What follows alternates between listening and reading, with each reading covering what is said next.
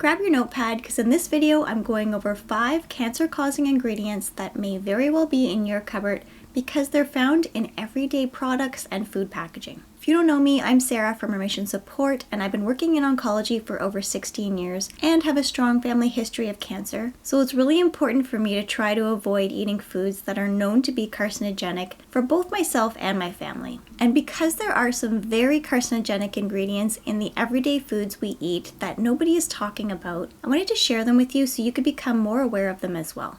Number 1, potassium bromate. This is an additive found in flour to help strengthen dough and help it rise during baking. Although still allowed in the US, it's been banned in several countries like the EU, Canada, and China. So if you're in the US or in a country where it has not yet been banned, be sure to read the ingredient labels the next time you buy any store-bought bread, bagels, cakes, or pastries, because although it has yet to be a proven carcinogen in humans, it's been shown to cause kidney, thyroid, and GI cancers in animals. Gross. I just find it so frustrating that food manufacturers are still able to use these ingredients when they've been proven to basically be poisonous. Anyways, number 2, butylated hydroxyanisole, BHA. This is commonly used to preserve processed foods and extend their shelf life. So far, it's only been banned in the EU, so it's still available in Canada and the US, even though it's been classified as a Group 2 carcinogen, meaning it is known to cause cancer in rats and is reasonably anticipated to also be carcinogenic to humans with more research.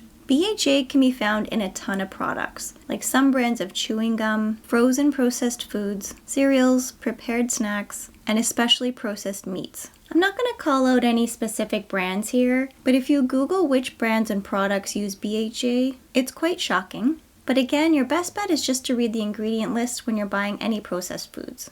Number 3, aspartame. Although you'll find a ton of websites, even medical and government websites, that still state that aspartame has not been linked to cancer, it is in fact classified as a Group 2 carcinogen according to the World Health Organization. So basically anything classified as a Group 2 carcinogen has yet to be proven to be cancerous in humans, but it will likely in the future with more research being done. Also, several studies have shown that people who consume aspartame regularly are at a greater risk of developing heart disease, diabetes, or having a stroke. Aspartame is probably the most common ingredient I'll be mentioning in this video because it can still be found in a ton of drinks like diet sodas, yogurt, and sugar-free candy, syrups, or sauces.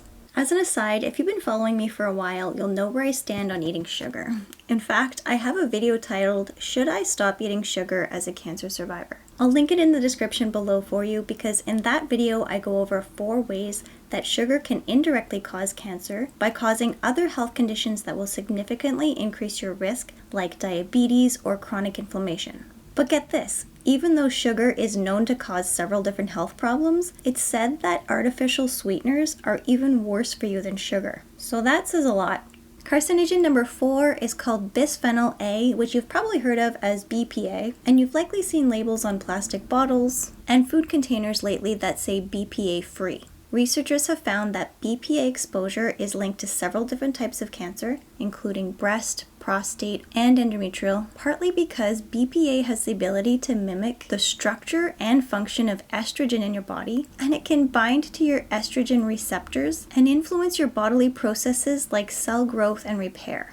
Isn't that crazy? The BPA from food containers can leak into the food and drinks we consume, especially when they're heated. This is why it's not advisable to heat anything in the microwave in a plastic container, even if it says BPA free. And always look for the BPA free symbol when you're buying plastic bottles or containers. And finally, carcinogen number 5, PFAS. This is a family of chemicals best known for their use in non-stick cookware and products that are waterproof like makeup, clothing, or outdoor equipment, for example. However, I need to mention here that since 2015, the use of PFAS in non-stick cookware has been banned in most countries. But if you own any non-stick cookware that was made before 2015, it will likely contain them. PFAS have been linked to testicular and kidney cancer, but also to ulcerative colitis, high cholesterol, and thyroid disease. And they can still to this day be found in food packaging to prevent leakage. For example, some brands are still using them in the bags of microwave popcorn. So spread the word. Rather than buying microwave popcorn, a much healthier alternative would be to make it yourself on the stove or buy an air popper.